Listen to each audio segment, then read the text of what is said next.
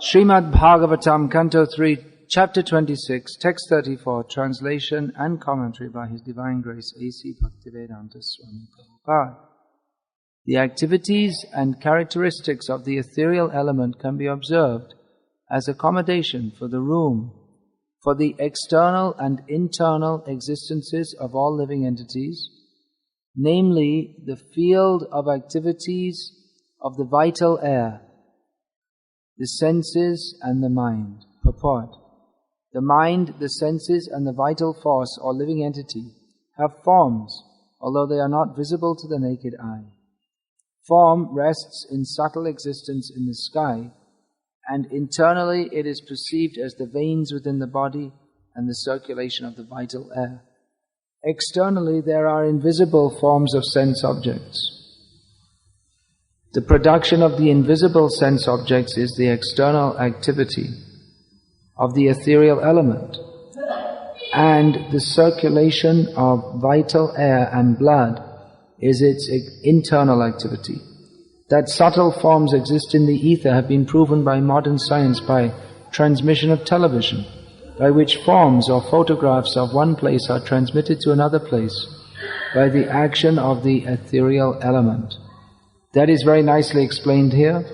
This verse is the potential basis of great scientific research work, for it explains how subtle forms are generated from the ethereal element, what their characteristics and actions are, and how the tangible elements, namely air, fire, water and earth, are manifested from the subtle form. Mental activities or psychological actions of thinking, feeling and willing are also activities on the platform of ethereal existence. The statement in Bhagavad-gita that the mental situation at the time of death is the basis of the next birth is also corroborated in this verse.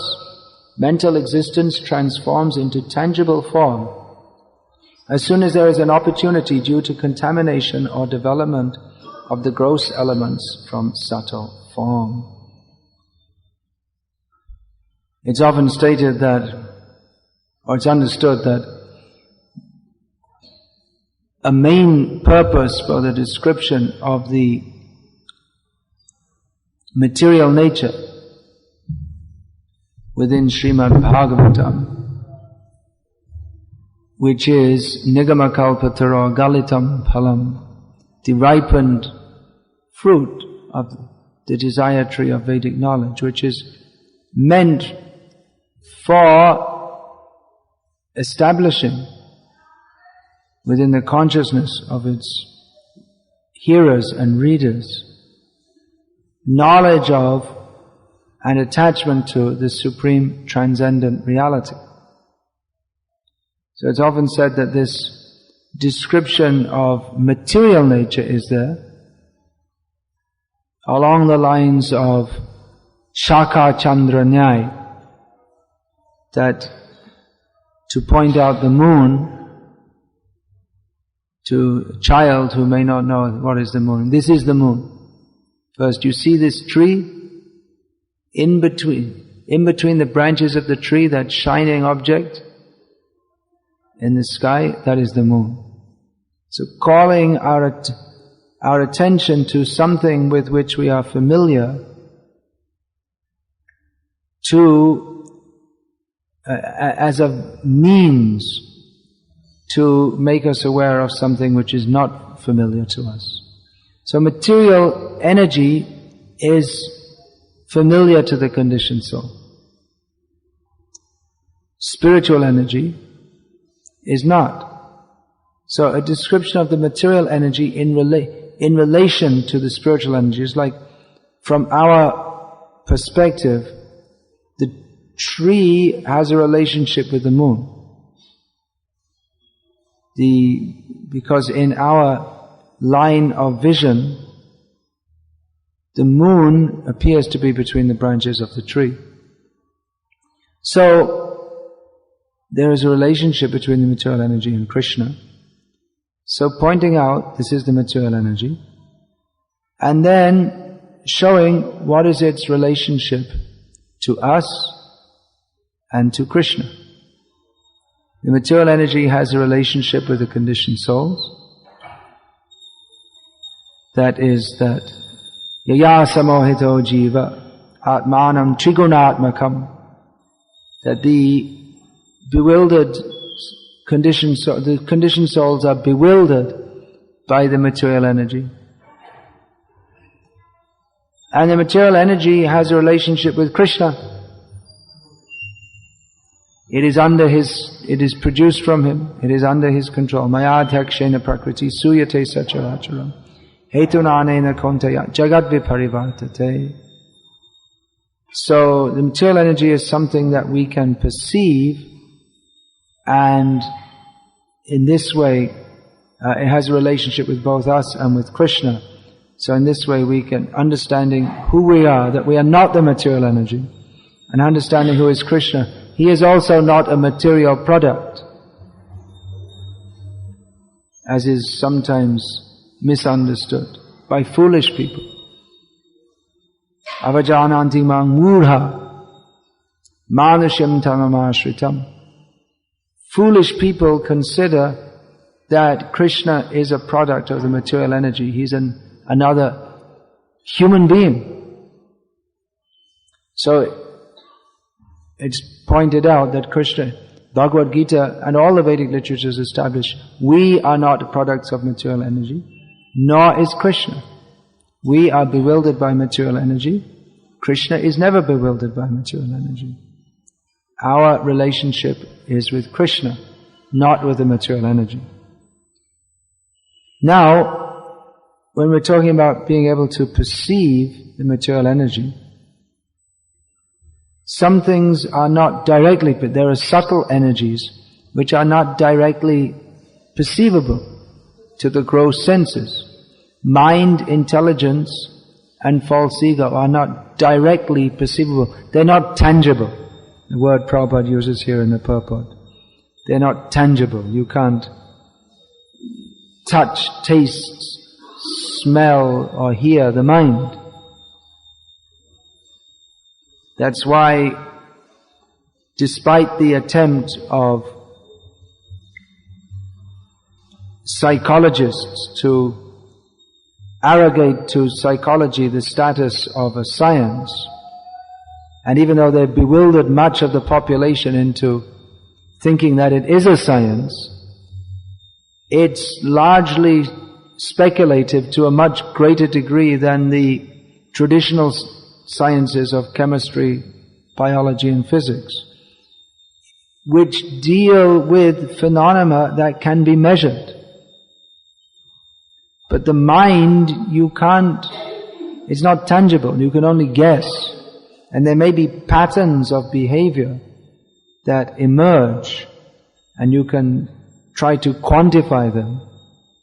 But the mind can never be quantified or measured in the same way that gross matter can be. In chemistry, you can make clear predictions. If you react an acid with an alkali, well, put together an acid and an alkali, there's a reaction, and a salt and water remain. But with the mind you can't say. So, exactly what anyone will do. If they predict that people should act in a certain manner, if they don't, they say they're abnormal. But who's to say what's normal? According to different cultures, what may be considered normal in one culture is considered abnormal in another. So it's not measurable in the same way as the gross. The mind, intelligence and false ego are not measurable in the same way as the gross elements are. Even intelligence they try to measure by tests. But the tests, they can to some extent measure certain kinds of intelligence. But you might get someone who's highly intelligent, and they pass the test, and they become part of the Mensa society. But they can't make a chapati for their life. They don't have the intelligence how to cook. They can solve complex mathematical theorems, but put them in the kitchen and they don't have any intelligence how to make a chapati.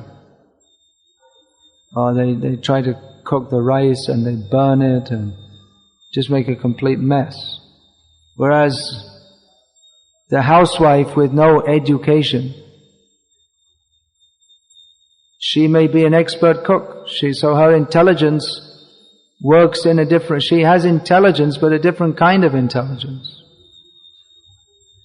So, again, it's difficult to quantify. That's why, at the present in our ISKCON, the latest fashion, the latest deviation, is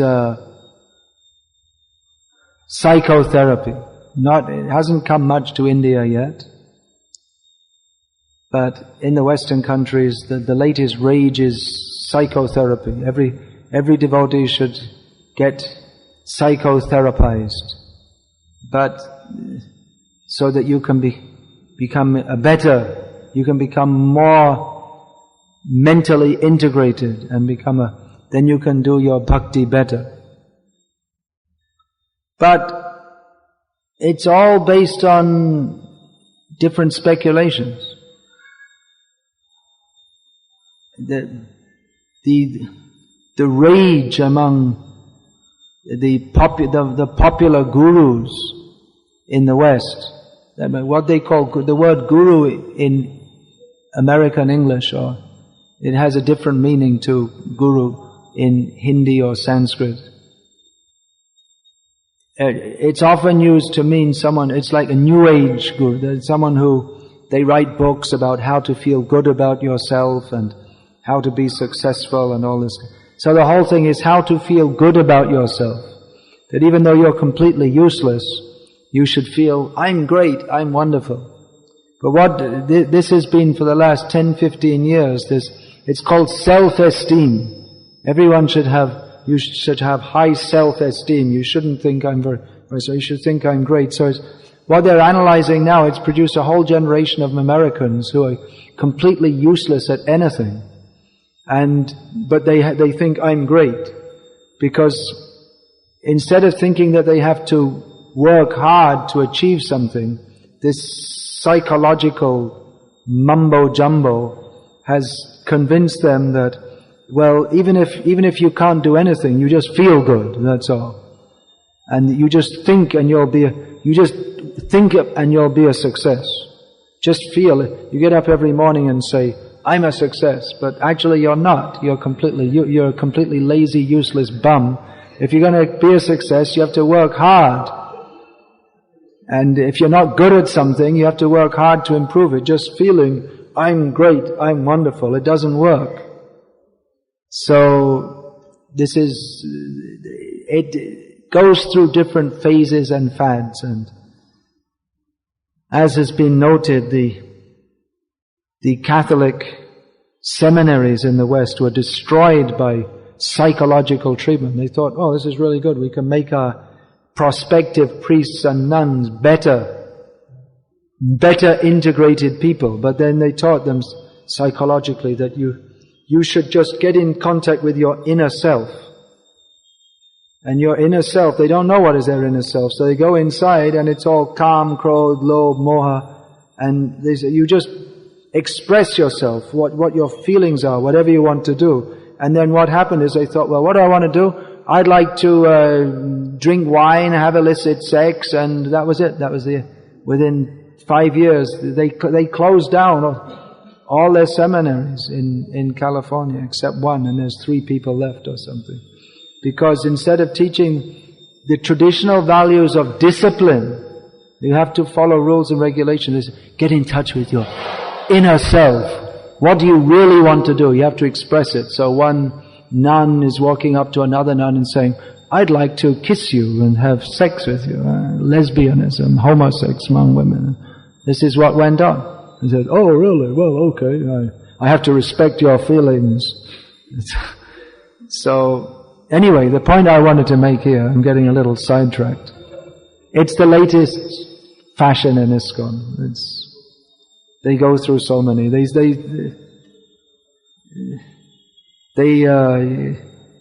don't know what they're reading TV and reading kami books and watching TV. And they should just read Srimad Bhagavatam. What does it say? Nashta prayeshu abhadreshu nityam bhagavata seva. All the abhadra, all the bad things are destroyed by hearing Srimad Bhagavatam, but they don't believe in that. They believe in modern psychology. Anyway, what else do I want to say? Because this verse is speaking about ether. Now, ether is an element. Akash, it's usually called. Here it's called Nabhasaha. In Bhagavad-gita, it's called Akash. What's the verse? Famous verse? Different. Bhumirapo nalo vayu kang mano buddhirevacha. Come. No, it's not. It's called, in that verse it's called come. Ether. It's translated as ether. In the Western world, also there was before the rise of modern empiric science, they also used to believe in ether. That's where the word ether comes from. Otherwise there wouldn't be any word in English. It's in Western or in the history of Western philosophy, the word ether is a medieval term. It means a subtle element. And although ether is not much, you won't hear this word in English unless you're discussing from Prabhupada's books. There's an English word, ethereal, which means something so vague that it's just something of the imagination. Some vague idea, bordering on imagination. So, ether, what is ether? It seems difficult for us to understand what is ether. We can't see, touch, taste, smell or hear mind, intelligence or false ego, but we can have some idea of what they are. And similarly, we cannot see, touch, taste, smell or hear. I deliberately didn't say feel the mind. We can feel the effect of the mind in a subtle way. We can't feel also ether, so in some ways it appears to be more subtle even than mind, intelligence and false ego. It's difficult to understand what it is. Here the understanding of what ether is given. It's that, sometimes it's akash, it's translated as space. It's that which gives room for everything to move in our modern scientific way of thinking, we just take that for granted. We don't think that there's any need of any element, space, for everything else to move in. But the Vedic concept of elements is different to the modern scientific. We don't have a periodic table in the in the Vedic system. And what is called an element in modern science means, let's see if I can define it, an irreducible substance, or if it's reduced, then it creates a big explosion. It's irreducible. That at least refers to the non-radioactive elements.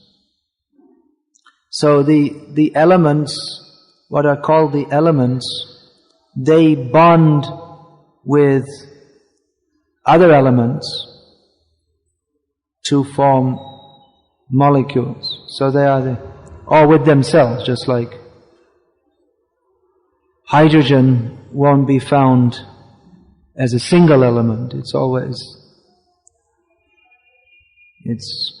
Maybe the molecule will be a combination of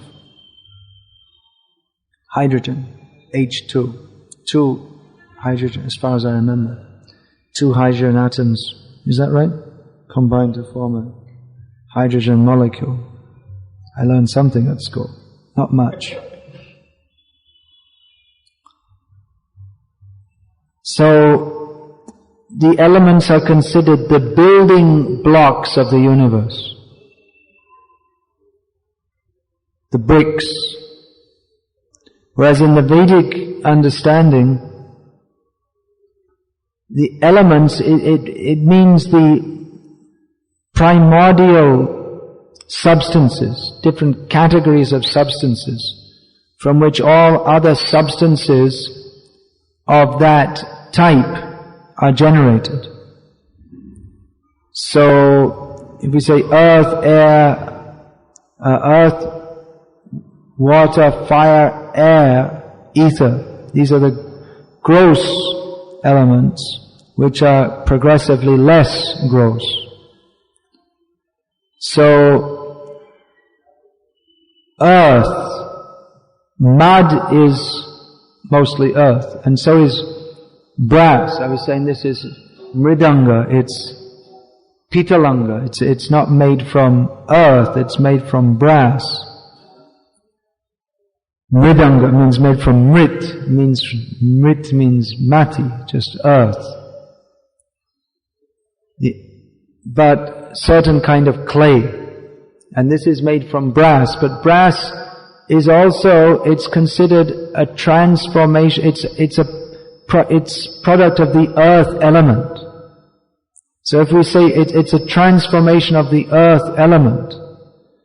Now, in Vedic science, there's no such thing as a transformation of an atom. But so the understanding of what is an element is quite different. When we say air, that means, in the Vedic understanding, that means all different kinds of gaseous substances. And of course there may be mixtures, just like steam is a mixture of the air element and the water element under certain conditions.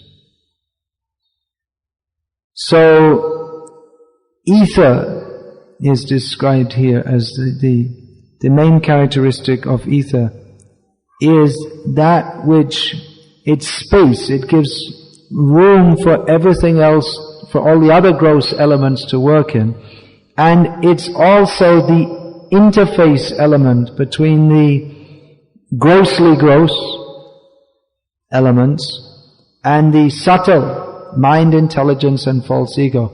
And here in the purport, Prabhupada explains that it is by ether that is through ether that the mind, intelligence and false ego, the subtle body, the soul in the subtle body is able to take a gross body. Prabhupada also gives the example of ether. Ether is that in which form can manifest. So, he gives the example of TV. What is TV? By TV one is able to capture the image of an object in one place and display it in another place. So you can have live cricket. The game is going on in Australia and you can watch it in India. How is that possible? Because the form is being transmitted through the ether, and presumably that would apply to all different kinds of telecommunication, just like radio, or through the satellite they have this phone, sound is transmitted through the transmission, yeah. Sound is transmitted, so the subtle, in a subtle form, that which is gross is represented. It's able to be transmitted through the ether. There's in science fiction, they have this concept of beaming people from one place to another. That they put a beam on you, on the body, and the body, I don't know what maybe they don't explain it, but anyway, the body is beamed from one place, maybe from one planet to another. So your body is here, they put the beam and then they move the beam somewhere else, and then the whole body gets reformed. And that's one way of saving the bus fare, or saving the plane fare. Of course, if someone beams you and then they don't put you back, then you're in a lot of trouble. Then what happens? You remain as a ghost. I don't know. But anyway, they have some idea that they could do that. I don't know if they're ever going to do that, because the body's a lot. You can send a sound wave from one place to another, but that's far less complex than a body. It's also all on the subtle platform. So I don't know if they're ever going to do that. We don't have even in the Vedic literature any such thing, but it's not needed also, because by the Vedic method, you don't have to get beamed and then your gross body reconstructed somewhere else, but just by thought you can transfer from one place to another. That is one yoga siddhi. Or there are different ways of doing it. You can jump in the Ganga at one place, at Haridwar, and come up in Calcutta. Although I think it would be better to go from Calcutta to Haridwar.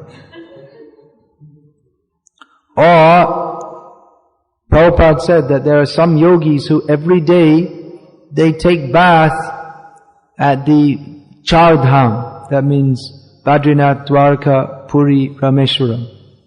They go in the water, take their bath at Rameshwaram, and then they go up, down, 3 times. You have to go up, down, up, down, up, down, and the 4th time they go down and they come up in Puri. And this way, and Prabhupada said, I have personally seen, which probably means that Prabhupada is doing it too. So, they don't, the ideas that they have imagined in science fiction are rather gross, actually. The Vedic method is by thought, by one who is able to control his mind, then automatically he gets mystic powers. You don't have to be a devotee. You'll find even Buddhists or Christians, if they're actually controlling this. I'm not talking about this Joyce Meyer kind of Christian, but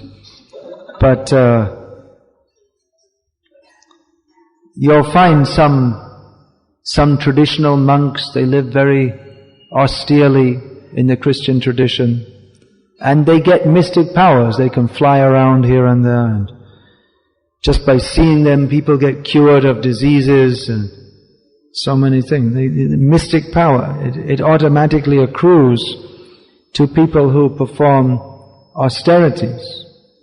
Therefore it's said that austerity is the wealth of the Brahmanas.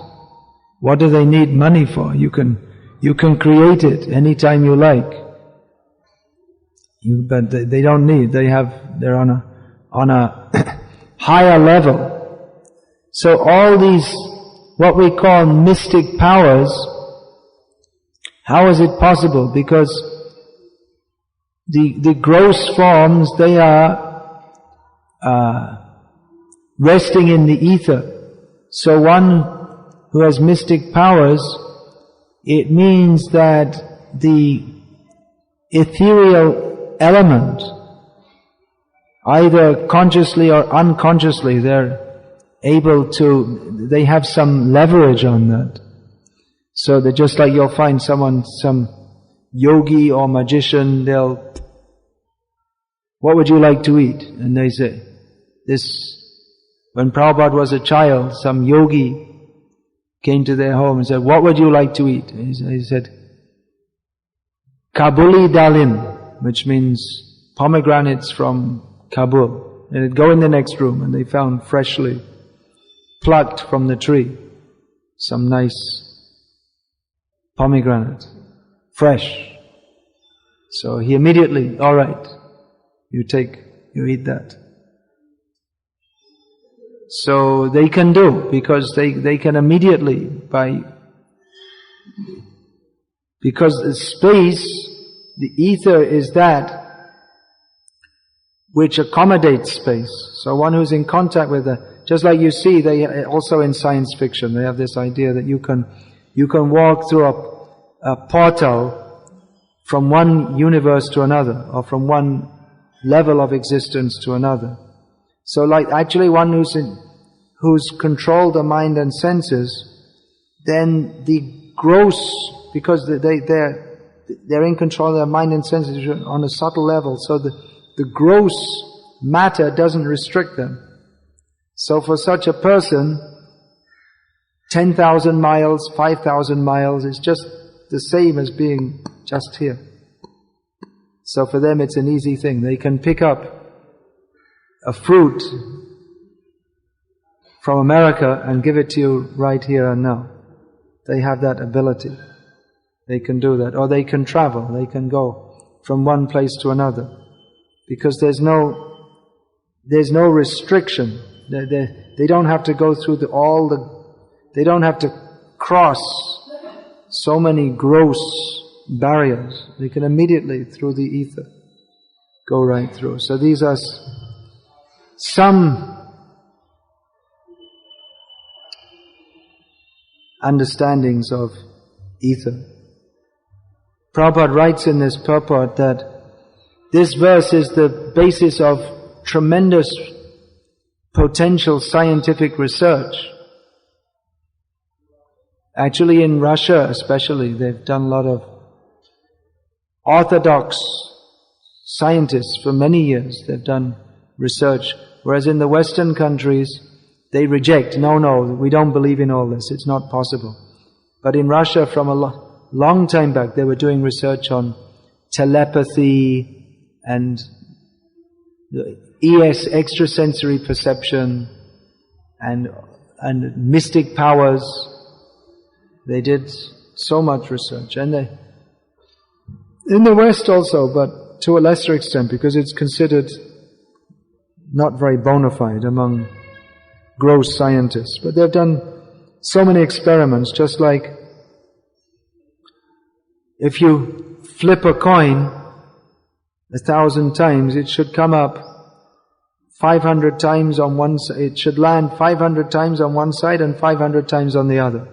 There may be a small margin of difference, but just by chance, it should be around 500, maybe 498, 502, or maybe even 490, 510. But they did some experiment that people by thought, they would say, it should land this way up. And they found that in many cases, it would be like 600 times it would land out that way and only 400 the other. And they did like this. They did so many experiments that thought can influence gross matter. This is the realm of mysticism.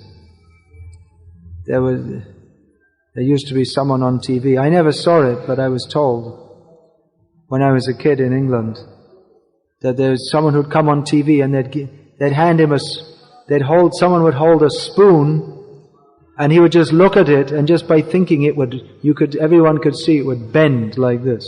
The spoon handle would bend in the middle. So he'd spoil a spoon as an act for TV. Just by the power of his thought, he was able to do that. So, as Prabhupada writes here, it's an area of much research. Of course, we're not intrinsically much interested in all these things. But it is interesting to find out that beyond the gross platform there is a subtle platform, and beyond the subtle platform there's the spiritual platform. By the development of modern science on the gross platform, they've been able to convince some people, that there's no God, that man is the master of nature. But actually even their science is mostly on the subtle platform, dealing with different energies. Physics is considered, among biology, chemistry, physics, considered the most prestigious, dealing with energies. So, actually the whole of the intellectual endeavor is simply dealing with energies. As the scientists, they deal with physics, which is subtle energies. But even more subtle, we have here the energies. How is it light able to travel? How is sound able to travel? The answer is, in the Vedic perspective, the answer is that is enabled by ether, which is a gross element. It's the subtlest of the gross elements, but it's not spiritual. But beyond these subtle elements, there is the spiritual energy. That's actually what we want to see. But it's difficult to perceive as long as we're in gross consciousness. So the Bhagavatam is giving us the branches of the tree through which to see the moon. So the branches of the tree, that is the Vedic knowledge. What is that? Tasya Shaka. How does that verse begin? 15th chapter. Atascha mulani anusantatani. How does that verse begin? I've got Nirmana mohajita sangha dosha. No, it's the verse after that. Anyway, Tasya Shaka. Parnani. Tasya. Urdhva mula madah shaka. Yeah, that's it. That's Urdhva mula. Then it goes on to explain what are the... Anyway, the material world is compared to it's like a great banyan tree, very complex. So looking through the branches of this very complex banyan tree, by Shaka Chandranai, we should find the moon of Krishna Chandra. That is the purpose of these discussions in Bhagavatam. So you may say, well, there wasn't much about Krishna in that class. Well, I call in my defense that you find out the lectures that Prabhupada gave on all these verses, and you'll find quite similar. Prabhupada was talking about the material energy as described in Bhagavatam. It's all leading to Krishna. Bhagavatam, everything present in Bhagavatam, is all meant for understanding Krishna only. So, anything? Any question, comment? Hare Krishna. Srimad